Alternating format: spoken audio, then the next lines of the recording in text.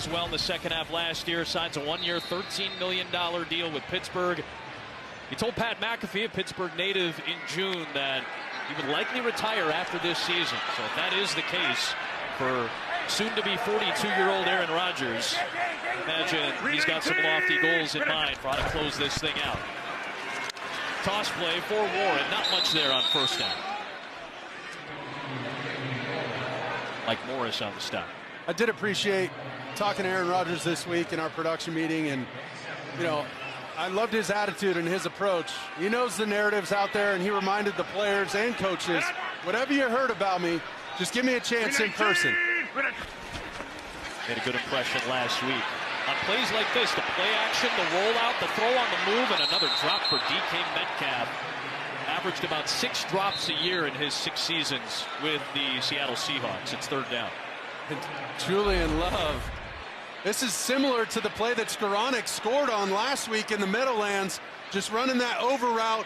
You see him throttling down in that window, trying to find a safe place for Rodgers to throw it, and you see Julian Love. I mean, he's the heartbeat of this back end of the defense. He's missing Witherspoon, so he knows his play is paramount today. He's got to get those guys right in the secondary. On third and long, twist up front, gets picked up. Rodgers batted into the air and down to the deck. Oh boy, that was almost taken away by Darion Kendrick.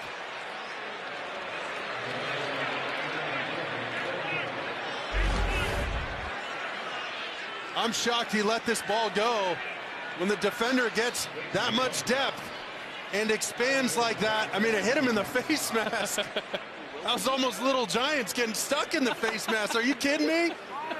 But watch, oh my gosh, watch Wilson go fight for his quarterback and ensure that Bryant doesn't pick that ball off. Dangerous for Aaron Rodgers.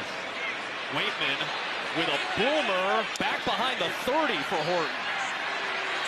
59-yard punt to try to flip the field. Great return by Horton as he takes it for 21 back near midfield. So great field position again for Seattle coming up. Rodgers is going to take a look at the tablet. Sam Darnold back to work. Both offenses have sputtered as the defenses have stepped up.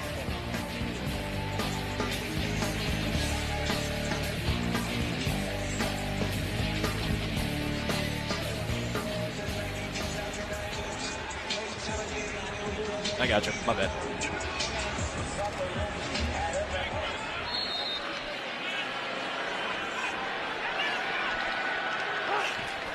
From the 48, Seattle takes over with Darnold.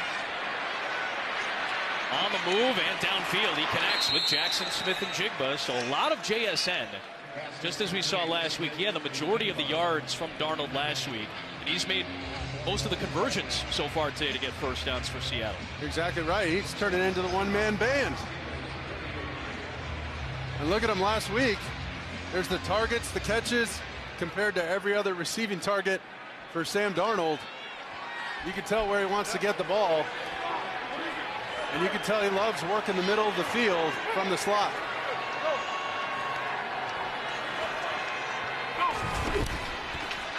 Right back to the ground game, and it is Zach Charbonnet running into Cam Hayward. Picks up about 5, second down and medium coming. And that's a guy that have really come to love here in Seattle in Charbonnet. I always joke, pour me another glass of Charbonnet, but he possesses 3 key traits to the running back position. And one of them is running the football, obviously. You got to be able to tote the rock. Number 2 is you got to be able to catch the ball out of the backfield. And perhaps most important is pass protection. You got to protect your quarterback, and you can't play this position. He sacrificed his body a couple of times last week against that tough Niners front. And he's going to take some punishment here. Everybody was there. Sawyer, Benton, finished off by Ramsey. Back to the 35-yard line. It's third down and 7 coming. Well, these perimeter runs are getting difficult for Seattle. Remember, Pittsburgh is a fast flow defense. These guys can run from side to side. And when they get the interior push and have it working up front, it's a nasty group to try and steal yards against. That's what's putting them in all these third and longs. Much sharper against the run this week so far for Pittsburgh.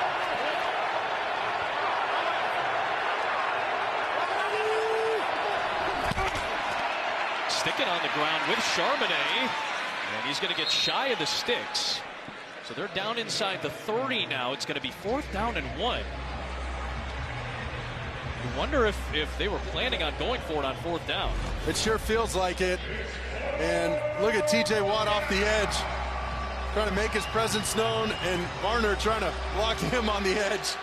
Not an easy assignment, but I love that. Running behind Gray Zabel, their left guard, the rookie out of North Dakota State. He offers them some position flexibility. Remember, he could play all 5 positions on the offensive line. They're utilizing him at left guard, and he got some serious push on that last run.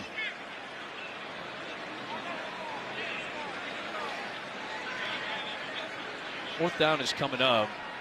Saw Peyton Wilson not feeling particularly good. I think he actually may have vomited on the field. Wilson in his 2nd year out of North Carolina State. Patrick Queen had come off the field earlier as well. So you had Cole Holcomb playing, a guy who had been away from football for almost 2 years due to injury, former Washington Commander. Signed a 3-year deal a couple of years ago with Pittsburgh. So he's going to have to play a little bit. Carson Bruner's going to have to play some snaps. KP's got more on these Pittsburgh injuries. Yeah, several of these defensive starters are down right now. Patrick Queen is still in the medical tent, but it is being said that he is questionable with a ribs injury, guys. Okay, so Queen, Wilson, Highsmith, Loudermilk, already Elliott and Porter down. This is turning into a Senior Bowl extravaganza. I feel like I'm in Mobile, Alabama, man. Watching all these guys getting ready for the draft. The rookies. I mean, you're going to see Bruner. You're going to see Sawyer. We know all too well about Jack Sawyer. Just a productive player at Ohio State last year, winning the national championship. He's a gamer and not the most elite athlete, but this guy knows where to be, understands the big picture of the defense, and he plays a relentless style of football. So on 4th down and 1, Seattle's trying to convert. Go big personnel with Oots at fullback. Fake it to Charbonnet. Hayward bringing heat. Tapped it into the air. Picked off by Pittsburgh. And it's Nick Herbig in his season debut with his first career interception. Pittsburgh ball inside the 25 of Seattle.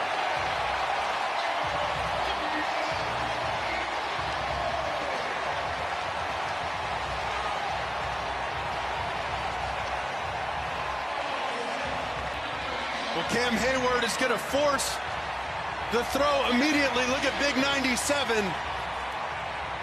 You can't be unblocked like that. And Sam Darnold just trying to get rid of this football. Hayward gets a big paw on that football and tips it right to his buddy, Nick Herbig, 3rd year, former Wisconsin Badger, making a statement today. Down, don't worry about it. They got backups in the queue, ready to roll for the black and yellow. Big time play by Herbig and these backup linebackers who have had to step in with all the Pittsburgh defensive injuries. And now Rodgers and company and 2 running backs take over at the 21 of Seattle.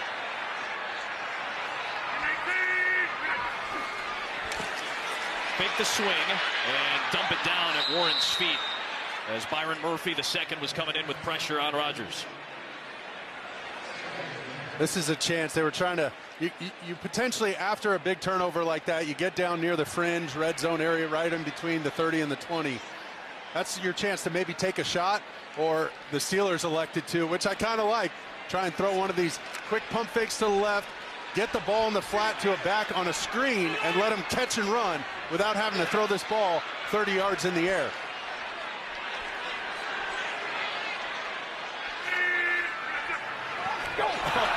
Classic Rodgers cadence, gets a free play, floats it out for Metcalf, elevates and makes the catch. It was Uchenna Nwosu making his season debut, getting into the neutral zone. We'll see what the decision is, whether to accept this or not. We'll watch Uchenna Nwosu right there on the edge. He's going to use his cadence Offside. as a weapon. Defense number 7 was in the neutral zone when the ball was snapped. That penalty will be declined. 3rd down. And Rodgers knew he had a free play and just lobbed that thing up. Doesn't matter if you throw an interception or anything. Basically, throw something near the rim and let your big guy, DK Metcalf, go finish the catch. So Nwosu, who missed last week, recovering from off-season knee surgery, is on a bit of a pitch count today. Metcalf makes the grab. They decline the penalty, and it's 3rd and 1. We're good, we're good, we're good. We need deep. Warren trying to get one. He gets a few, and it's 1st and goal for Pittsburgh.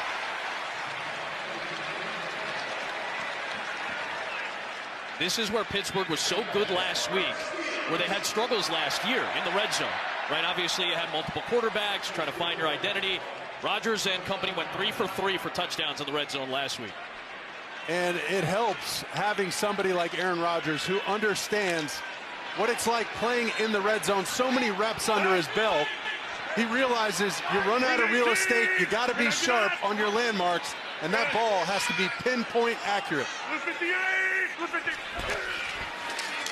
There's Warren. Slams his way inside the 5. 2nd and goal.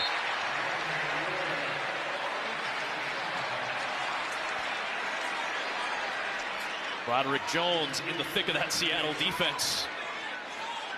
That'll take us to the 2-minute warning.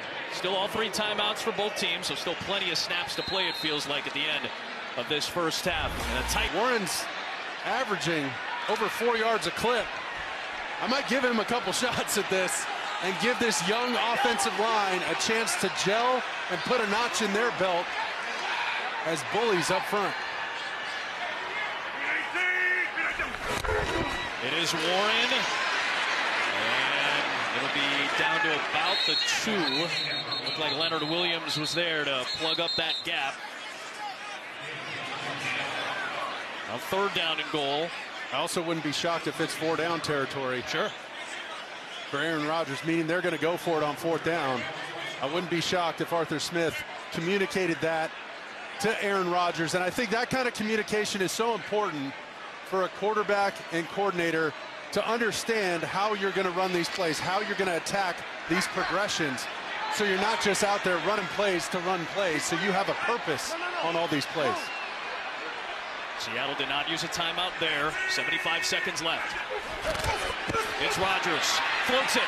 End zone for Metcalf. It is caught for the touchdown against his old team. And Brett Favre has company with Aaron Rodgers on the touchdown pass.